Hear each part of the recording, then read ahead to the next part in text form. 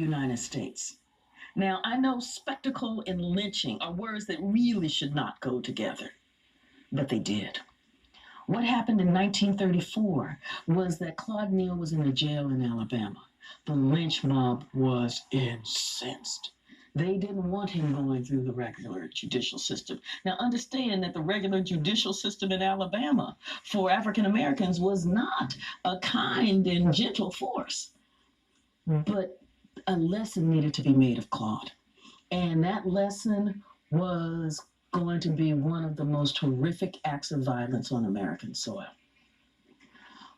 Part of what you had with spectacle lynching was that I know we had these ideas in our head about a lynching where there one guy, two guys, they sold tickets.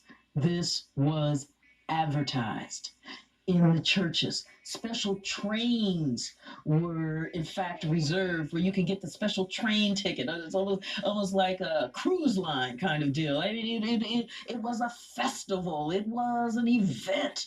And yeah, I don't need an event where it's advertised, announced in church on Sunday. So, we've got Minister so-and-so is going to be speaking here, and so-and-so is going to be having there. And oh, by the way, we're going to have a lynching down in Florida.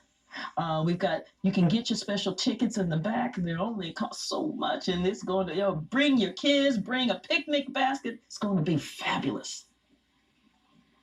Claude Neal gets yanked out of that jail in Alabama.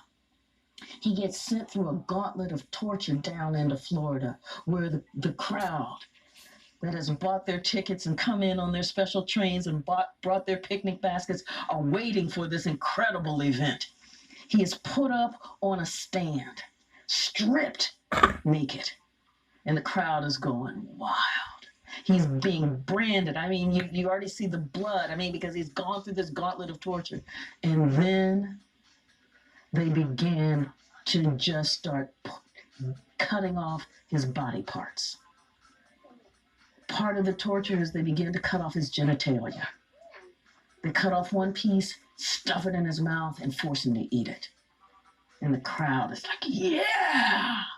And they cut off some more of his genitalia, stuff that in his mouth, and eat it. So you can imagine this man is standing there before the throng, bleeding, forced to eat his own flesh. And there is no sense of humanity anywhere in the air. Then they start cutting off his fingers and throwing them to the crowd like a souvenir. And the crowd is like, more, more, more, more. And Claude is there bleeding to death, being branded with hot irons. And finally, after no more, then strung up. This is the spectacle lynching of Claude Neal. That was horrific enough. But what, in fact, makes it beyond egregious is then the response of the law enforcement officials. The NAACP immediately sent folks down to investigate this lynching. They went to Alabama and they said, Alabama's, there's no crime committed here because he wasn't killed here. So they went to the officials in Florida. Florida said, he's not from here. No crime committed because he's not from here. Now, I didn't realize that anywhere in the statute dealing with murder, it said you had to be from that space in order for that to be a murder. But the NAACP thought, we now have on the books the Lindbergh kidnapping law, based on the kidnapping of Charles Lindbergh's baby, that therefore makes it a crime, a federal crime, to take somebody and transport them against their will across state lines. So the NAACP goes to the Federal Bureau of Investigation, the FBI. J. Edgar Hoover says, no crime committed here because nobody asked for a ransom. That is what justice looked like for Claude Neal and so for so many African Americans during the Great Depression.